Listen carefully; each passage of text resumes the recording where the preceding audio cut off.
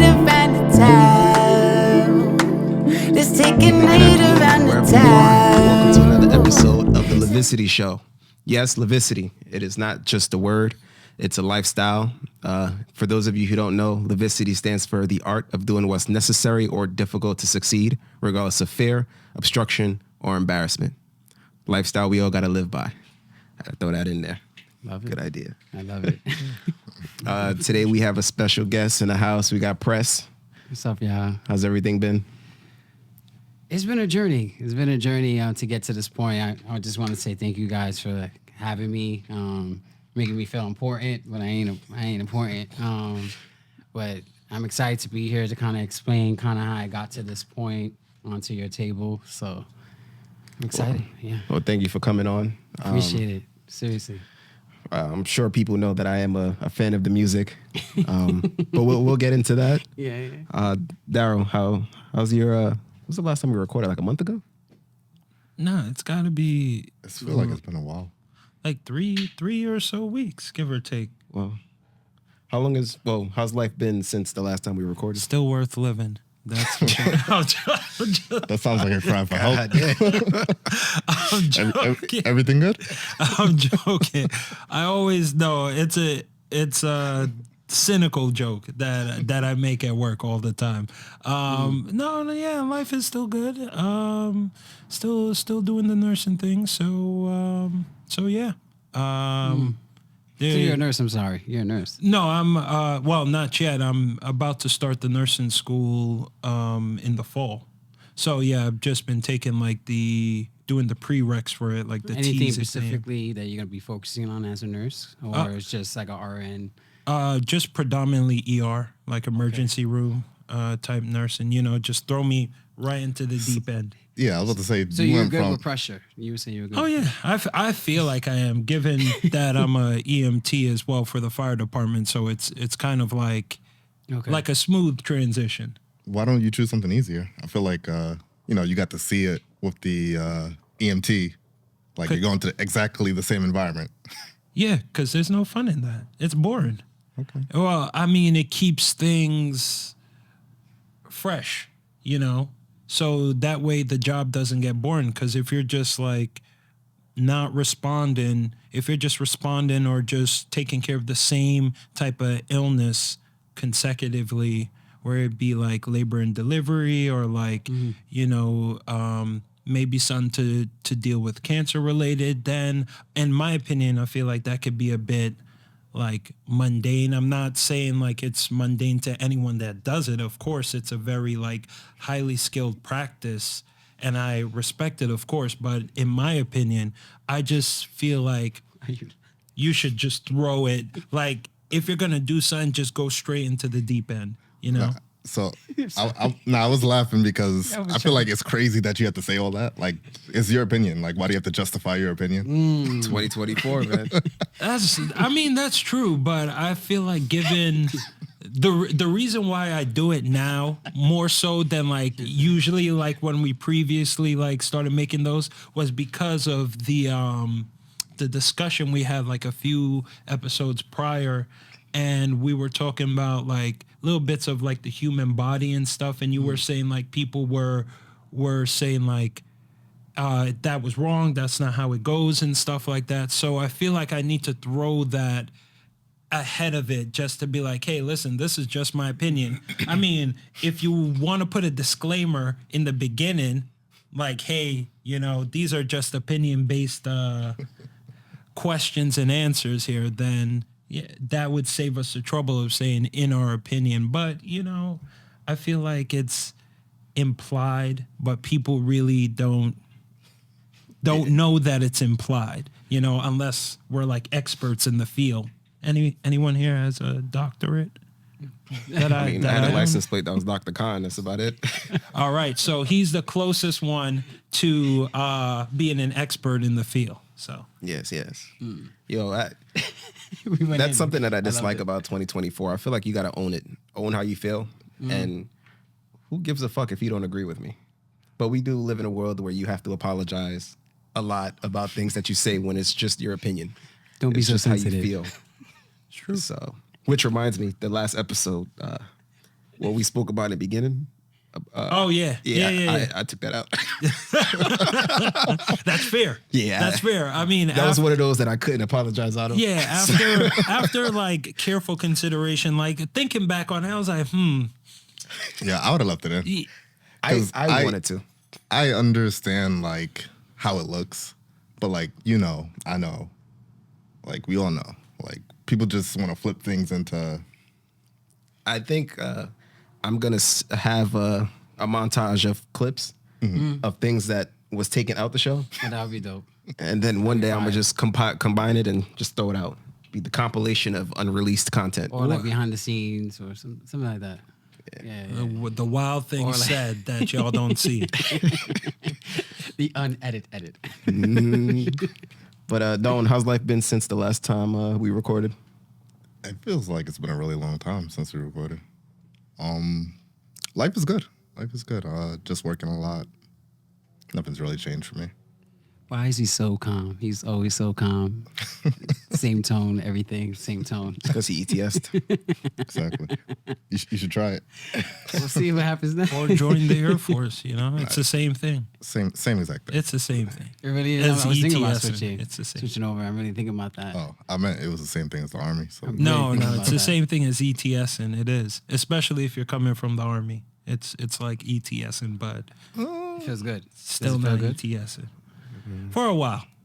For a while, and then you start noticing it is like the Army. For a while. It's all the same. yeah, somebody tried really hard to get me to join, and I considered it, and I was like, I'm good.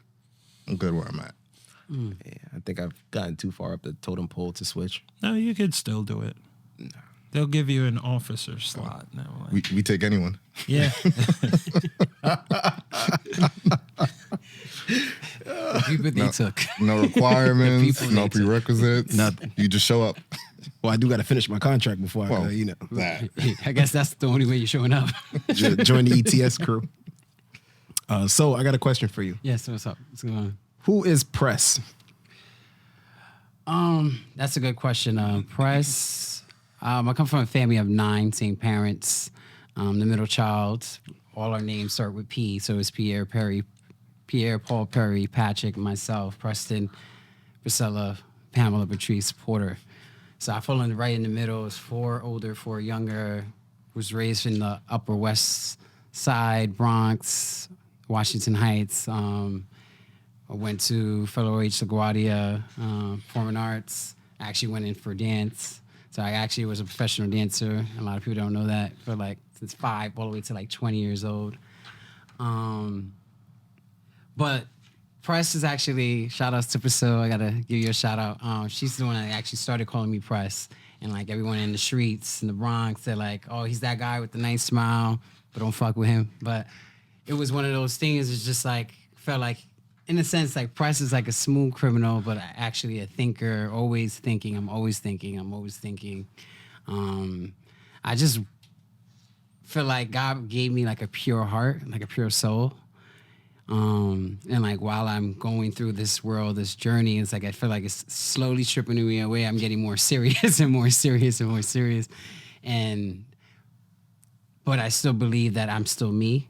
So I'm still smiling, I'm still happy, but I've started to realize like life is not always about, the pretty shit, like the beautiful things, but it's chaos. So one time this girl was like, oh my God, you have a beautiful smile. Why do you think you have a beautiful smile? And I told her, I think it's because all the pain, like everything I've been through that develops this smile to look so big and bright. But I've been through some shit, y'all. A lot of stuff. But I would say Price is just a thinker, a smooth criminal, but also like I always want to give people respect, love, and grace. And I realized I was doing that for the people, but I wasn't doing that for myself. So now I'm starting to apply everything I'm giving to the people to myself, and I feel like my life is now getting more better, let's just say. What does that look like? Giving it to yourself, what does that look like exactly? Like, is there any practices or things that you don't mind sharing that you do? So lately I've been going to the mirror and telling myself that you're beautiful, you're worthy, you're competent, you're equipped. You can make things happen. You have made things happen. You're doing it like kind of like more so of like. So I think you probably peeped. Like I sang at the Barclays Center like 3 weeks ago, the national anthem, and I probably had like 3 heart attacks while doing it, but no one would know. And through that process of me like even doing that, I just felt like, am I worthy for this moment? Like, but it's happening. It's happening for me, my life. This is my journey. So me doing that and then going through and seeing Kanye West pictures up, seeing him perform there actually at the Barclays Center when he actually was there for the Yeezus tour. Travis Scott, and they're like, yo, this one day is gonna be you. This is gonna be you. This is gonna be you. And I'm just like, is it? Like, you know, like, is this part of my path that God is designing for me to like show me that I am worthy? And like, the more worthy you believe, I'm telling that you are through the experiences that you're going through, you will make it. You just have to just stick with me. So since that day, actually like 3 weeks ago, like my life's kind of been different. I'm not gonna lie, like I've just been more present on the day. I'm not thinking ahead. I'm not thinking about Friday. I'm thinking about like, we here, so, you know, and I'm excited to be here, by the way, but we're here. We're really here. I have a question. Yeah. What happened to dancing? Wow. So that was my first love, dancing. It was crazy. Dancing is it's a wild environment. Like a lot of different type of characters. Y'all know the dance world. Y'all know. I love movement. And it was just a lot of distractions. I'm not gonna lie. I was around a lot of beautiful women, and and that kind of threw me off. It kind of took away a little bit sometimes the journey in it. But to be honest, I got accepted to Cal Arts in California because I was trying to get out of New York. That was like my goal at 18, 17. I'm like, let me get the fuck out of New York. I'm in a house full of 9 kids, and I gotta get out. Like, I gotta get out. So I was literally going to applying for schools in California, and I got accepted to multiple, but one school that I really wanted to go to was Cal Arts. And I was like, wow, because I really did love dance. I'm not gonna lie. I love performing. I love just like, we're going on stage, we're about to fuck shit up. And then like, I remember I got accepted. I'm like, I'm going. And then my mom was like, we're not going. We're broke. Sorry, Mom. But that's what it was. That's what it really was. Like, I didn't have the money. And I kind of like, that was my first kind of no, to be honest. I was like, kind of really doing my thing. I started ballroom dancing to hip hop to ballet, contemporary to like Horton, Graham technique to like, you probably don't even know what that is, but but it's like these developments, and then all of a sudden like working really hard, like every day I would dance like 4 hours, 5 hours, sometimes 7 hours a day. So that's why the discipline in the military, because I'm also in the military, by the way. It's not saying it's a joke, but it's like I've done this since I was like little, like disciplining myself, focusing on physicality, pushing myself to like no limit. Because as dancers, we're trying to be perfect. And that's what it is. Like, we're in the mirror, we see something wrong, how do we make it look right? Like, you know what I mean? We all have to look in unison. How do we step at the same count? It's like a whole thing when it comes to actually dancing. So like, even that came through with myself. Like, I was really hard on myself. So let's just say like right now I'm looking at the camera and I look perfect, but I have like a fucking dot in my face. I'm thinking like the whole shot is ruined because I'm so focused on the wrong, not, you know what I mean? Like, as dancers, that's what we do originally. We focus on how do we make it right. So it's one of those things. But I do love dance. It's just I ain't dancing only at a party. You said that you performed at the Barclays Center? Yeah, it's just saying the national anthem. And Okay. I still like, that really happened, and I don't believe it. So. Respect. I got a question for that. What can you take us to the moment, or what did you feel that moment where you're walking up to the middle right before it's time for you to sing? Like, what was that moment? It was weird because it was just like the people were like so nice, but I felt like they felt a little intimidated to talk to me because I was like giving them serious face. There was no smiles that day, no smiles really, and I saw the camera, the big ass camera, and I hear my brother and my sister. They're like, "Oh my God, we nervous." They're talking about their hearts coming out of their chests, and I'm like, "Damn, what do you think is happening to me?" And, so then I know I'm gonna be up on the big screen and stuff. So once they said, the guy was like, and I was like, damn. So I actually was like singing the whole time with my eyes closed. One of my colleagues told me he wished I opened my eyes so they can know that this boy ain't playing. Even though if you see it, my Instagram is Alert the Press. You see it, it's actually really, really good. But I thought it was bad because I was so in it and I wanted to be like the best. Like if you ever watch Whitney Houston sing the national anthem, if you didn't, you should. Incredible. Like she made that a #1 hit. I don't know if you know that in the Billboard charts, like, which was ridiculous, but she owned it. Like she's chilling. Like so I looked at that like multiple times just so I can have like a freedom singing something that represents our country. But it's just like, how do we go into it as Preston/Press singing the national anthem? Because it could have been anyone. It could have been a little boy. It could have been an older guy, an old man, an old woman. But it's me singing it. So how do I put Preston in it? And I think I did a good job. I believe. Yeah. I feel like that's the curse of being an artist, is you are always your biggest critique when it comes down to the art. We were actually talking about that before we started recording. Yeah.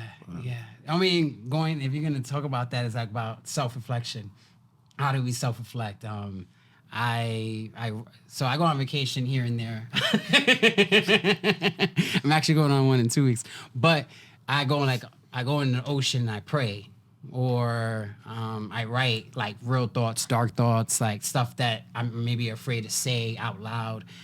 And like, just like I say, a year ago, I was going through a lot of stuff, a lot of stuff. Even at one point, I don't know if I feel comfortable speaking about it, but at one point I had like a panic attack Labor Day weekend. Like it was crazy. It was very intense. And I was like, what's going on? But when I'm doing this self-reflection, it's just like, how do we be honest with ourselves? Which ties into me like getting older, defining what's a grown-ass man. So how do I become a grown-ass man? Is being authentic, organic, honest with my relationships with my friends, my lovers, ladies, and stuff like that. But just, my mom, just how do I be a better brother, a better friend, a better son? It's just all these aspects of life, a better soldier, or just a better worker, or better with when it comes with my focus. Like, how do we get better, like for real? So like right now, like if you guys probably can't see this, but there's a picture of Kobe in the back, and that's actually my favorite basketball player. And the reason why I loved him so much, because I feel like his focus was so sharp. It was so like he was different. So hopefully at the end of my journey, before God puts me to rest, I'll be right next to that word one day. It's just like he was focused. He was locked in, and no one can stop him, meaning like he just trusts that he was in the right path. Even if everyone's like, oh, you're an artist, but you're in the military. How do you get into the military? Also, that was a God sent path. Like I didn't think I would ever be in the military. You told me that at 18, I probably would have laughed at you like, you're the fucking joke. So I don't know. It's just, it gets crazy, You mentioned a grown-ass man, but before I touch on that, I've always known you as Marquez, and it's because of the military, right? Yeah. So my question is there a personality difference, or do you have to show two different sides of you when there's Press and then there's Marquez? Or is Press also Marquez? Like, how do you balance military and work? Well, work and creative. So just, that's a good question.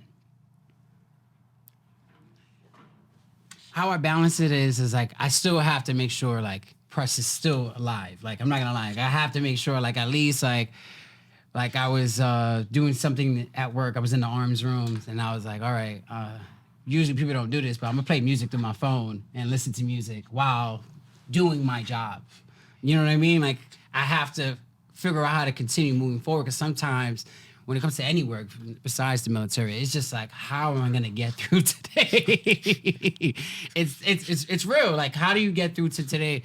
And so I was listening to music just to like get like, okay, like what would you do if I was like creating a song on this record? Or even when I'm hearing, let's say, the J. Cole's, the Beyonce's, the Andre 3000s, just how did they even get into those realms? So like me getting into like Preston and Marquez, like I would say there's two different things because sometimes I have to censor myself. Like I remember one time I was out on post, I have, my weapon were out and like literally a song idea came to me and I'm just like, shit, the wrong time. But I'm like, damn, how do I keep this idea alive? So then hopefully in the next 2 days I can record this record or something. But so I was just like, okay, like how do I do it? So I was like, whoever was my battle at the time, I had a conversation with them about the idea I had to keep that idea alive. So at the same time, it's like it does intertwine to Marquez, but Marquez is more like, if Marquez was in this interview, I'll probably be like, just more like center and I wouldn't be moving my hands. I would probably be like, yeah, guys, like more monotone because sometimes when it comes to the military, you feel like you have to tone yourself down because if you come with like some loud energy or just even like at times I have been in the military and everyone's like, who are you? And I'm like, who are you? Like, it is not trying to be disrespectful, but just presence alone, I feel like Preston does speak without me even speaking. Does that make sense? I respect that. So do you feel like Marquez ever crosses over into your creative side? I would say now. I'll tell you something offline. I would say now, yes, for sure, because now I have to make sure, like, I have to protect, like, being in the military for 7 years, I started 2017, and it literally changed my life. Like, I cannot not lie that being in the military has, like, I have been able to do things I don't think other people, or I'm not saying you're not capable of doing it, but you probably just can't do it the way we do it, you know what I mean? But, I mean, you know as well, just being part of the military, like, certain, you do get perks for sacrificing and putting yourself on the line and working multiple hours, doing hours that people are like, how did you work 13 days straight? Like, with no breaks, you know what I mean? Or I was just in deployment 2020 Middle East. I literally probably had no breaks, working out 2 times a day, doing 14 hours. It was nonstop. It was actually nonstop. Like that's what I did love about deployment, by the way. But going back to your question, Marquez and to Preston, yeah, I would say sometimes it just tells me like, you have to chill, but it gives me a focus to lock into, like, let's just say I am like presenting, a song. How do I go into it? It gives me that, it kind of helped me with structure, I would say. Okay. Definitely. There's power in that. I remember when I was writing music, well, even today I still see it, is my view of my leadership, the generation before me, or generation before us, is the leadership that I've known or I've been around, they tend to stop creativity. At least that's how I felt while I was writing music. I felt like the military wasn't a place where I could be creative. So I always had to separate the music from my career. It was always two completely different people. But what sucked is I was Constantine on both ends. But what I like now is that the generation after we joined, or I joined, now they love creativity. They use it, they embrace it. And so I love to see, like, it's always a good feeling to see creatives in the military and people who actually have the ability to use it while being in the military. So that's dope. We gonna make it, y'all. We gonna make it. I want to go back to what you said as a grown-ass man. Okay. How would you define a grown-ass man? I mean, I guess I gotta take. This is how you define a grown ass man. No, on a real note, because I see a lot of people and I see a lot of grown ass men, and they're kind of like young minded. So it's like, what is a grown ass man? How do we get there? You know, but I just think first acceptance. If I'm being honest, you have to accept your flaws. You have to accept the good, the bad. You have to be. You just got to have that honest conversation with yourself before you're trying to have an honest conversation with anyone about anything. And I think as people, we sometimes want to come outside and have this like certain type of energy. This is how I want people to see me. And this is actually why I took off my shades, because I want you to see me. Like, I don't want you to control the narrative. Like, that's the how people are going outside because social media and stuff like that. But for me, it's like, how do we become honest with ourselves? Like, because sometimes like we, like, you know, you be on some fly ass fit and whatever, and you're like, oh, ain't nobody can tell me shit, or, you know, like you try to enter like certain frequencies or, you know, energies of like to make yourself comfortable. But I think also it's about being comfortable in the uncomfortableness. And like, we know we don't want to work 13 days straight, but we have to, because, you know, we have a family to provide for. We have family that are just, we all need help. So we just like, how do we continue to be like good people within like the experiences of like experiencing this life all together. So it's defining a grown ass man it's kind of hard, but I think you just be authentic. Most important, organic with your interactions with people. Like right now, I was in the streets and I saw a fight. I know naturally I would step in because it's in front of me. Maybe if I was like, you know, 10 miles away from it, of course I can't do nothing. But me naturally seeing something wrong, like why are people fighting? Because someone stepped on somebody's shoe. Like it's just those little things. It's just like, stop, guys. Like, we're too grown. We know, like, you know, let's have morals. Let's be honest with ourselves. Like, you just stepped on your shoe. It was never that serious. Yeah. After a certain age, if you're not getting paid for it, you shouldn't be fighting. But what would you say? What would you say if you don't mind me asking? I would define a grown ass man as, I feel like you said it best. What popped out to me was authenticity. I think a grown ass man comes in many different shapes, sizes, personalities, looks. But as long as you're authentically yourself, I think that's what defines a grown ass man. Okay. So, what about you guys? It's a very good question. So I think, and I was telling you about this. I think both of y'all answers are making me think of this movie I saw the other day. Revolver. Yeah, the one about ego. Came out 2005. None of y'all saw it. I haven't seen it, but I'm gonna watch Revolver? it. Yeah, It sounds familiar. it's a really good movie, but essentially what the core of the movie was about was like the ego and understanding that you are not your ego and being who you are authentically. So yeah, I would, if I had to say something, I feel like that would be my answer to that question, because I feel like you could only be you, so you might as well be you. Yeah. What about you? All right. So I think it's more so like in terms of like taking society into consideration and the effects it has on men, and depending on how men were raised by their parental figures as well. A lot of factors play into it. So if I had to say one thing, I would probably say it's your experience and you get from throughout your life as growing up as a man, predominantly as a man of color, because I can only speak based on my experience. Yeah. So it's like the experience you get when you grow up and taking that and applying it to your interaction with others, be it a partner, a friend, or a family member. So that's what. I love your answer, by the way. Thank you. You know, I feel like you can't do that or be authentic unless or until you self-reflect. Yeah.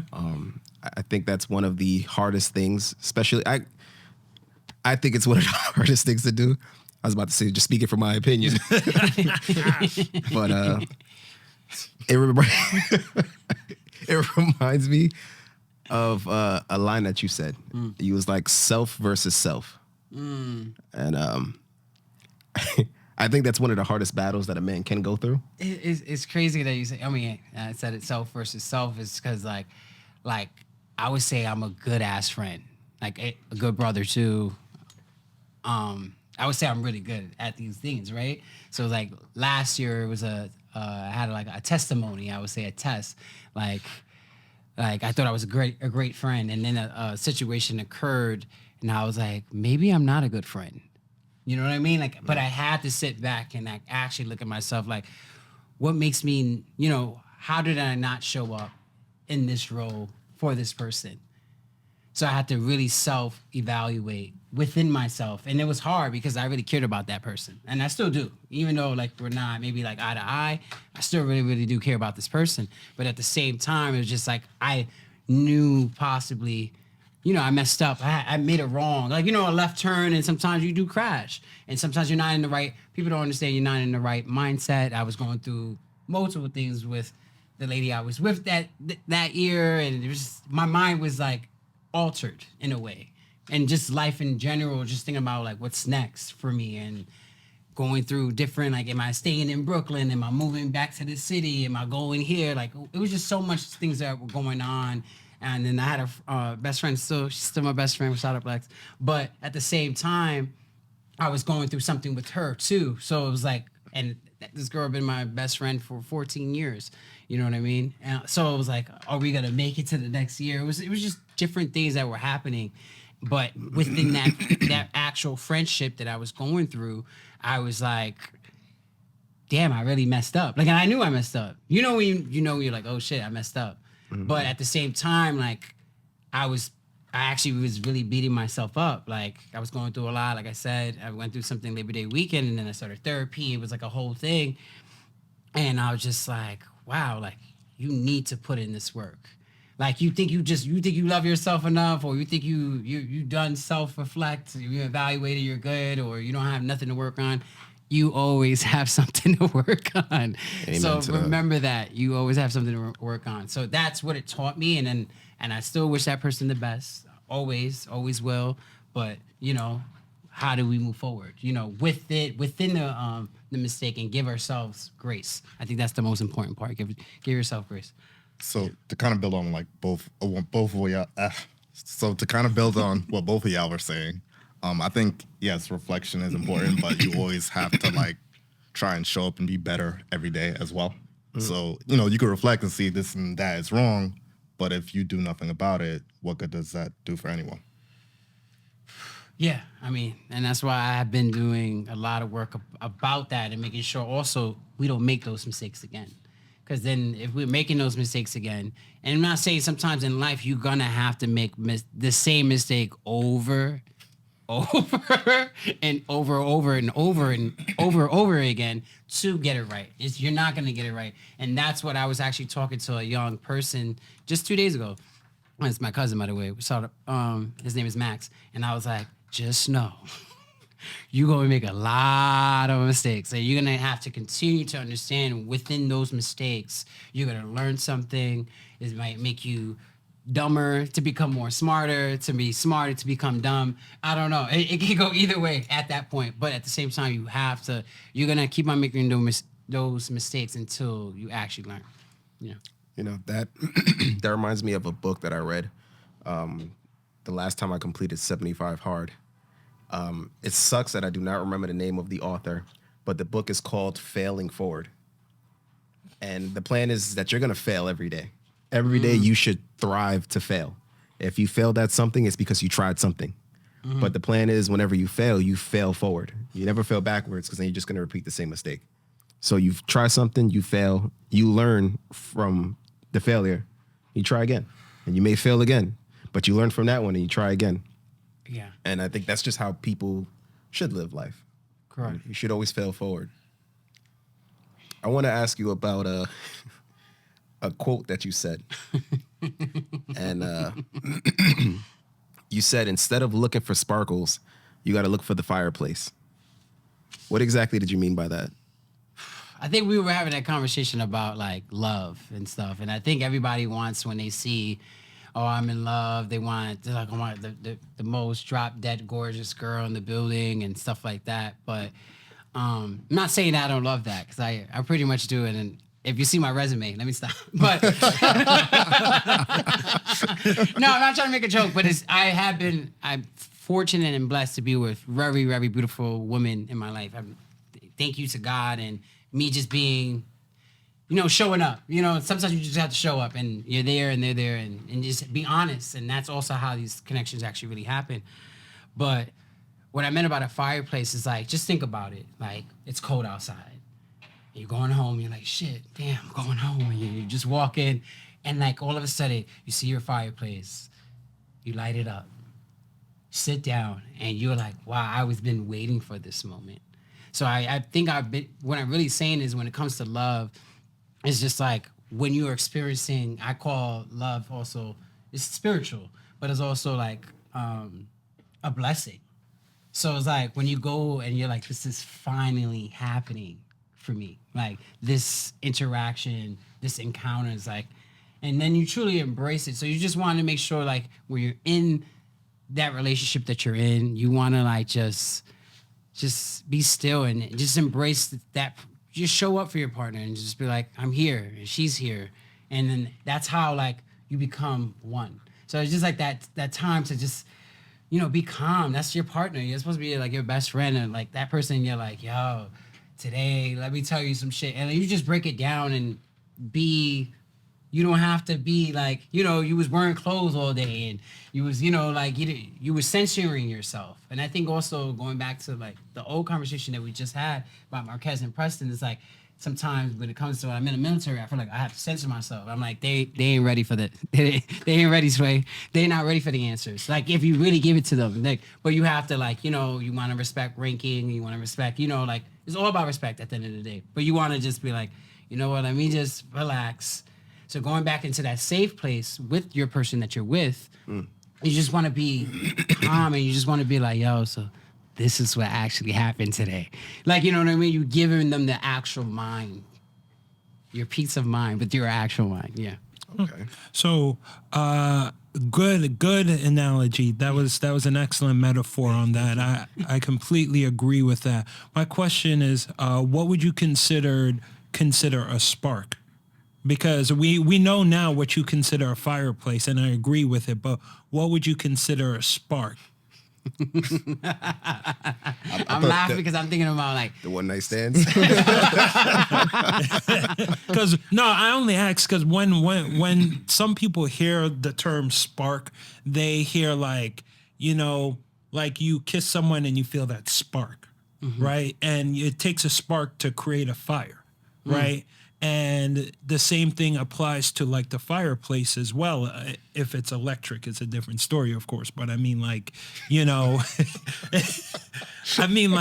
So what exactly do you mean by like spark? So I love the way you actually broke it down. So I would definitely say you need the spark to get the fireplace, right? Right. So I would definitely say that is definitely something you have to engage with to lock in, to make sure how do we maintain. So I guess more so to say is like everyone is, that you've been in a relationship with in an intimate way. There is a spark. The fireplace is how do we maintain it? So there's always definitely going to be a spark, especially like if like the attraction is pulling you in. Like, you could literally go outside right now and let's just say you see a girl and she looks at you and you're like, oh shit, who that? But what keeps that engagement happening?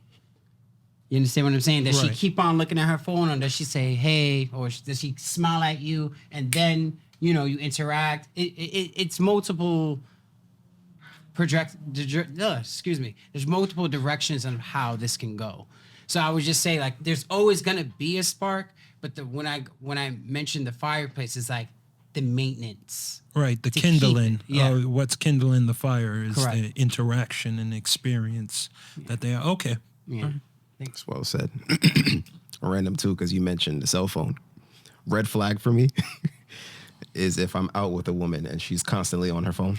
Just had to What if it's for business? Yeah. If it's business, that's different. Yeah. But I think she would mention it to you like, hey, Yeah. I'm going to be, tapped in because, I still got shit to do when it comes to business. I think she'll be honest when it comes to that's different. Yeah. I got a question for all of you guys. I feel like this question is not asked enough since we're on the topic of relationships. That's What do you want out of a relationship? I'm gonna pause for this real quick. I really want to give you a good answer. So if I could take a little moment real quick and I'll answer maybe. Okay, the then second Darwin, last. by all means. Oh, what kind of relationship are we talking about? I'm gonna say an intimate relationship. Okay. I wouldn't know. I'm not looking. If you were, come on, no, we're if in you the were. realm of possibilities here. All right, I can say that better then.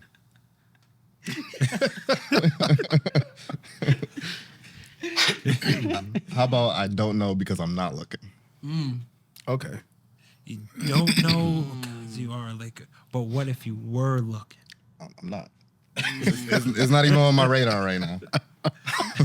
Well, if that's the case, that just leaves me.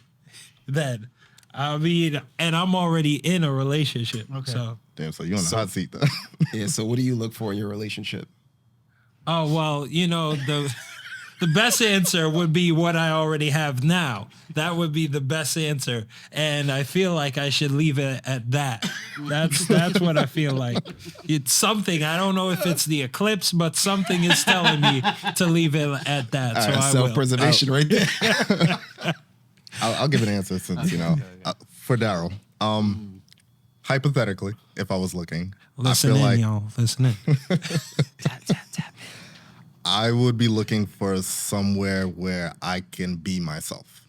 That's it. We're gonna need more context than that, though, because you're yourself right now. It's kind of like with what shit. Not there's so many names for you now. I don't even know what to say. Press was saying because I like by default I'm gonna say Marquez. Okay. But as he was saying, like sometimes you got to show up a certain way at work. You have to show up a certain way at home or with whatever. But for me, I feel like I haven't always been able to show up as me with certain people.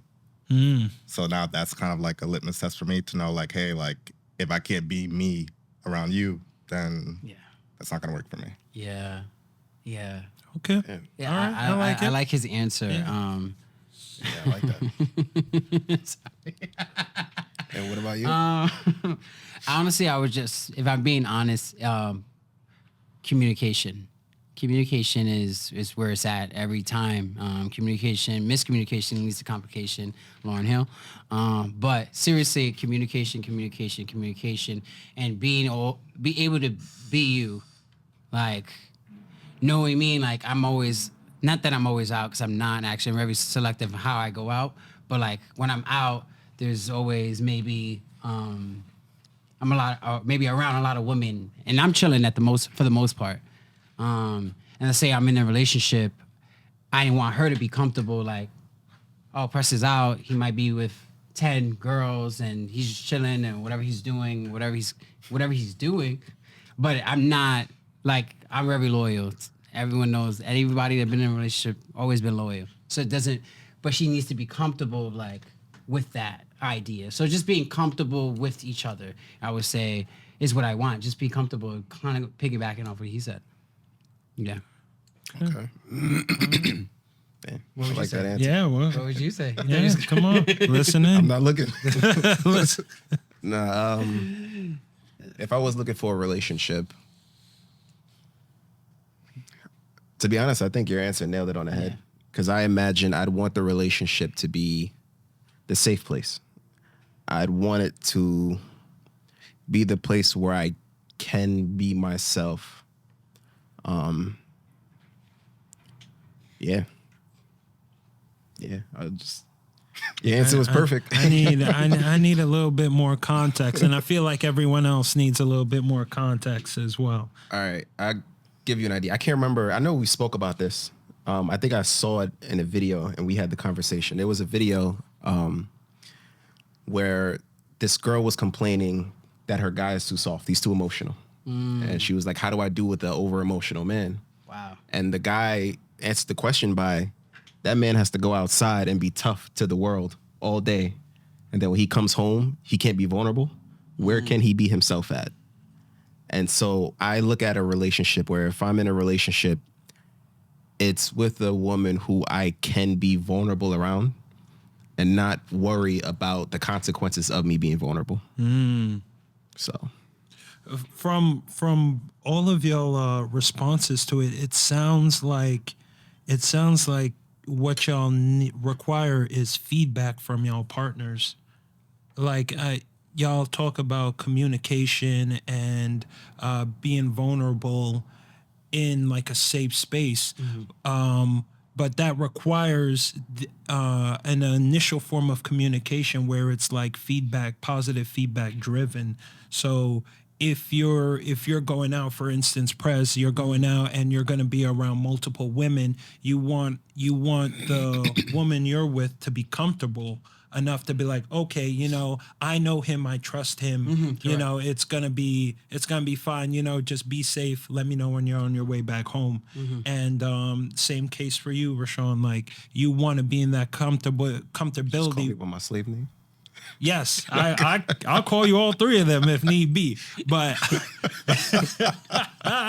no, I won't do that. But yeah, like in your case where you're like you're being tough outside of the world, you want to come back to that safe space to where you can feel like you could talk about your feelings without being judged, and all of that just means that you need to know where your partner stands in that situation. Like, hey, are you going to, like, if I relinquish my manliness, are you going to judge me for it? Are you going to look down on me for it because I'm being vulnerable right now? So I'm sorry, not to chime in, but I was because right now I believe you're the only one in a relationship, correct? In this, To my knowledge, yes. right? And I mean, aren't we all in relationships? No, so on a real note, do you feel comfortable with your person that you're with? How vulnerable do you feel with her? I'm not trying to like be invasive. No. Or anything. It's a perfectly valid question. Okay, I feel quite comfortable with my partner. I'm not reading no notes or anything like that. I don't know if y'all saw the other one. I'm not reading anything like. But yes, I feel quite comfortable with my partner. We could talk about stuff. I'm also very big on communicating as well. I'm a firm believer of if you feel some type of way, because I'm the type of person that wears his heart on his sleeve. Like if I'm upset, you'll see it. Okay. If I'm happy, you'll see it. If I'm angry, you'll definitely see it.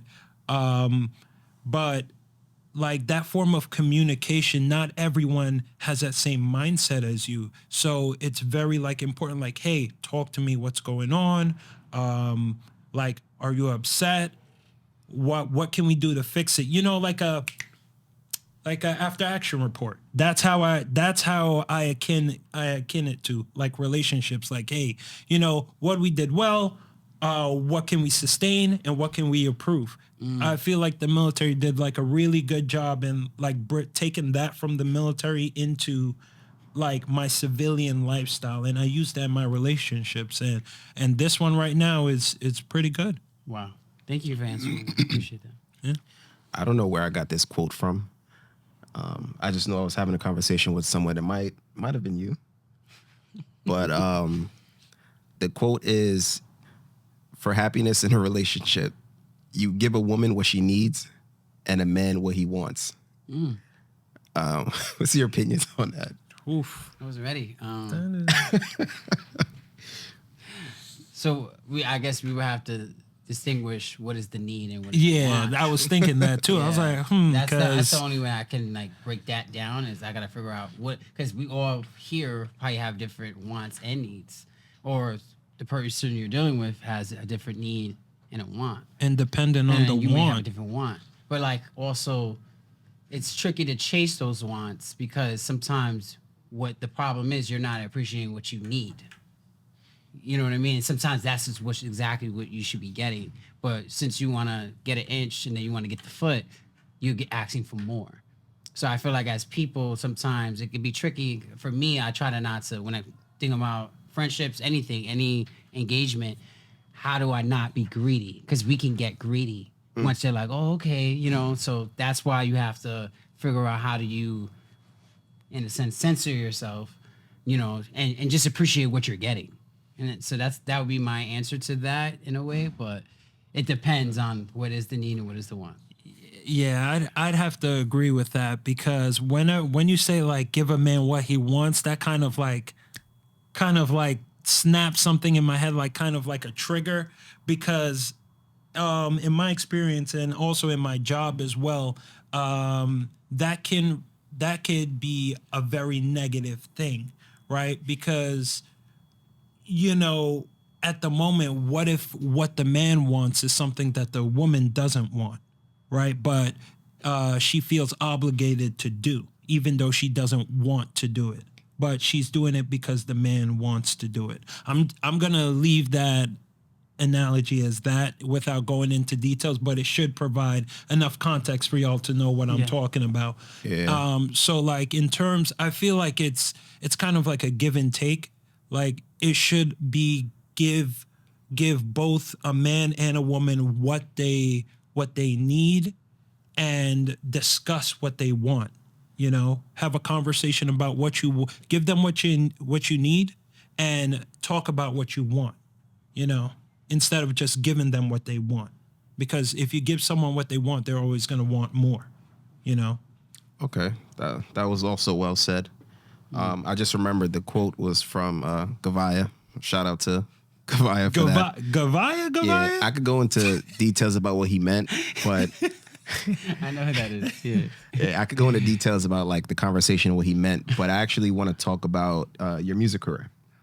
Wow. I want to talk about the fact that you started a label. So do you want to share that? So yeah, I guess we can. So it's crazy. So I would say my real music career actually started in the desert. No one knows that. It was in the Middle East, 2020. It was crazy. I was singing in the hallways, and some guy was like, that was an active duty. He was like, "Hey, I have a studio in my room," and I was like, "Okay." He was like, "Whenever you want to have a chance, come by and like." Let's make a record. And I'm like, yeah, Only whatever. in the military. Type of shit. There's so much to unpack there. So, long story short, it was crazy because I was listening to this song. I mean, actually, it is a song. It's a beat. DJ Boring. It's this beat that he has. And when I heard the beat, like, I literally wrote the song and, like, I'll play it for you guys, like, and, like, when we're done with this. But, like, I wrote the song probably, like, I swear, like, within 2 minutes, the song was done. So I was like, this is an opportunity in a lifetime. Like, let me go to this guy's studio in the closet and record this record. Wait till you hear it. You're going to be like, no way, there's no way you did this in the closet. So I go in there and then I'm like recording the record. We finished the record. We did it in like maybe like 3 sessions because we just, remember, it's in a closet. So we want to make sure we layer it correctly and stuff like that. And I'm just like listening to the record and I'm like, no way. I'm meant to do music. Like, I'm really am meant to do this shit. Like, I'm in the middle of the fucking desert and I'm recording music. Like, this doesn't happen for most people. And the record sounds fucking amazing. Like, probably my favorite record still to this day. And this is in 2020, ladies and gentlemen. So that right there was like, we need to take it seriously. So when I got back, I was like, guys, I came back from deployment. Money was looking lit. Everything was looking good. The resources and everything. I'm like, all right, let's just do something. So Carlos, which is my brother's close friend, that had this idea about starting the solar system label. And it's crazy, today is the solar eclipse, which is ironic that we're talking about the solar system. But for me, the reason why I was like, let's do it is just because the solar system is connected to everything.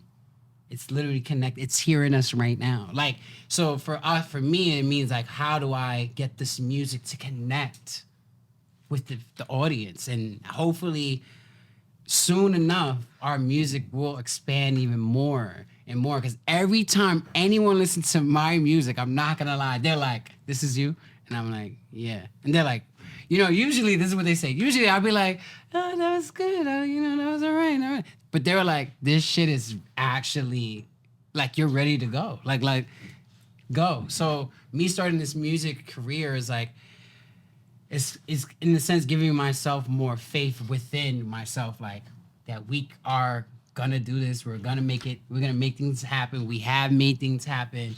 and it's just continuing that. So yeah, that's how that started. So we definitely got to put that song in the description though below. Like Oh, you just reminded me. For those of you listening, the intro song that you heard is a song by Press, as well as the outro. The intro song is called Night Off, and the outro song is called Sorry Blue. Sorry, Blue. where could they find it? Hit us with the plug. Where? Oh yeah, we got to add your links and stuff too, so No, people can listen. definitely. But that's. I'm just excited to expand when it comes to the music more and actually get people to like know, because I'm cool with being just a songwriter, just to throw that out there. But you know, if God permits, He wants me in the front, then I'm gonna answer this call. Yeah. What's the process of creating a song for you? I guess it's naturally what I'm feeling, like what possibly what I'm hiding as well. Like when I wrote, since you mentioned Night Off, Night Off was like when I met someone and I didn't understand this engagement. And when I met her, I was like, wow. So like even when like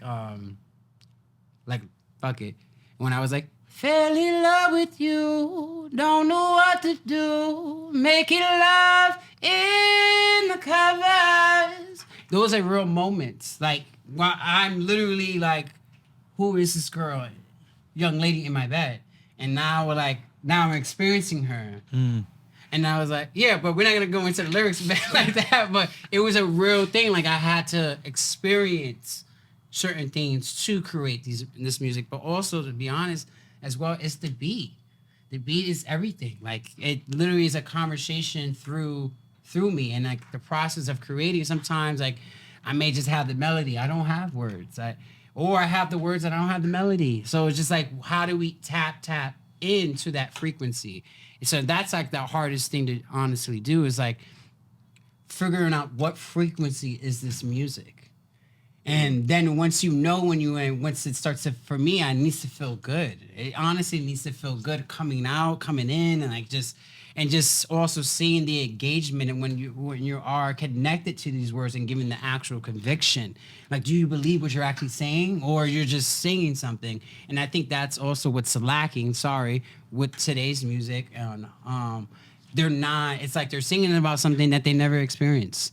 So how do we experience and commit? Let's get back to the Marvin Gaye's or the Luther Vandross, like let's get back to real music, meaning like they're not listening to nobody, they're listening to themselves, and you're seeing what's coming out of that when they have a connection with themselves. So yeah, that's what how I process music. Oh yeah. Yeah. One of these days, you got to come back for another show. Okay. And I want to do a deep dive into music and creativity if you're down. I do have 2 more questions for you. First question is there anything that you're working on now? What can we expect? Or is there something that we can expect, like a new release, something that you're working on? What's challenging your creativity these days?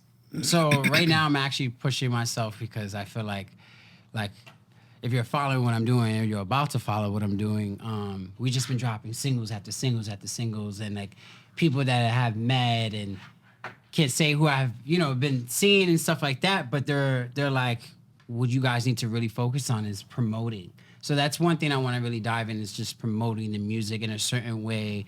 And then there's this record, I'll make y'all listen to it after, that's should be coming out hopefully in the summer, but it's called Let's Vibe. And when I tell you, this record just feels good. It just feels good. It feels like summer. It feels like, I think I might have played it for you. I think I might have played it for you. But it just feels really, really, really, really, really, really good. And right now I'm just working on listening to beats, maybe hopefully dropping a little more singles here and there, but hopefully this fall is to lock into like EP mode, and I just focusing on a total project on myself.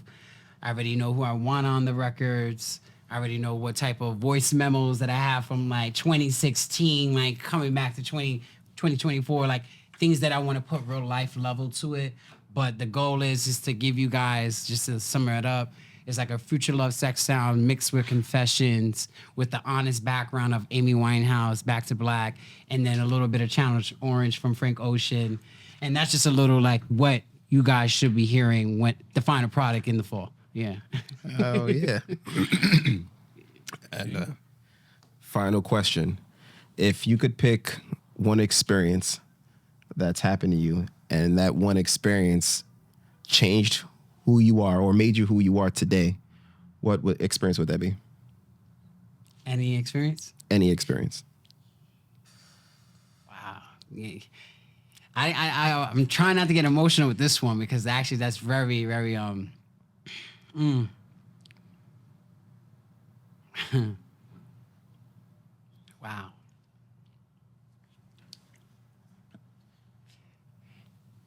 I would say that the thing that's popping up in my mind is actually, okay, I got it. Sorry, it's just I'm really so long ago, before I joined the military, I think it was 2016. Sorry, I'm really going back to this moment. So I was working with kids. I was a group leader. I was working for like an after school program. I had another job too. I was doing 2 jobs. This is like right before I entered the military, actually. And there was this kid named Oscar. God bless you, Oscar. Hope you're doing well. And he came up to me. It was this kid that I was, teaching after school. I had like 20 students. It was like we split it by 10, to make sure like, we're covering down like correctly. So it was this kid was like, Oscar, he was like, hey, Preston. He said, Mr. Preston at that time. And I'm like, hey, what's going on? He was like, I want to go to your house. And I'm looking at this little kid like, you're weird. Like, like, no, you're not weird, Oscar. But like, what are you talking about? You want to come to my house? Like, what? And he was like, no, like, I'm like, that's inappropriate. Cut it out. Like, you know what I mean? No, he was like, no, I just think like when I see you, the way you dress, like I think you have like chandeliers, nice stuff in your background. Like I see beautiful stuff around you and stuff. And I was like, okay, like go back and do your own. I was like, Oscar, like he's like, I really want to go to your house. Like he was like really feeding. I'm like, no, that's not happening. And I was like, no, like I said, Oscar, to be honest with you, I'm poor, I'm broke, right? Right? Exactly what I said. He said, all right. He goes, he does his homework. And he comes back to me after he does his homework. He's like, this is a 9-year-old we're talking about, by the way. And he comes back and he says to me, he's like, so I really thought about what you said, and maybe you are broke, maybe you are poor, but I believe you have a rich soul. And I was like, what? This is like, what? Is there a camera here? Like, hey, what's up? But so I was like, so I went to my the person I was working with, my coworker, and I was like, hey, I'm gonna go step to the bathroom real quick. And then I go to the bathroom, and all of a sudden I just start crying. It was just like the weirdest thing. I'm like, how can this young person see this in me? Say I have a rich spirit, a rich soul, and like he sees like the glam and everything, and then I don't see shit in myself right now at that moment in time. God, excuse my language, but I didn't really see myself like, like I don't know how to explain it. Like I didn't see myself like at this treasure, this pot of gold, and this kid, this 9-year-old named Oscar, God bless you once again, just came to me and was like, you have a rich soul. And honestly, that also directed me into other things, and then the military came a part of my life and stuff like that. But that experience right there changed my life. Yeah. I like that. Well, shout out to Oscar. Shout out to Oscar. It's like the best one I heard so far. Yeah. Well, it was a pleasure having you on. Thank you. I appreciate you. You want to let the people know your handles? I also put them in the description. You can follow me at Alert the Press. People call me Press, Presto, Presty. Honestly, I hope you guys love the music. The last record I dropped was Sorry Blue. Honestly, it's an honest record. If you're dealing with relationship issues, it's definitely one of those records that you want to listen to because you just understand, just love a little differently, and we just love music. Once you hear the music, you understand. Like me and my whole team. Shout out to Nine's Purpose. Shout out to Nexi. Shout out to Los. And we're gonna make it. You'll see. But we appreciate you guys just even listening to us. So thank you. Bam. There you go, folks. So with that being said, happy 80-20, happy Levicity. Fuck being average. Always live life Levicity, and we'll speak to you all soon. I'm sorry.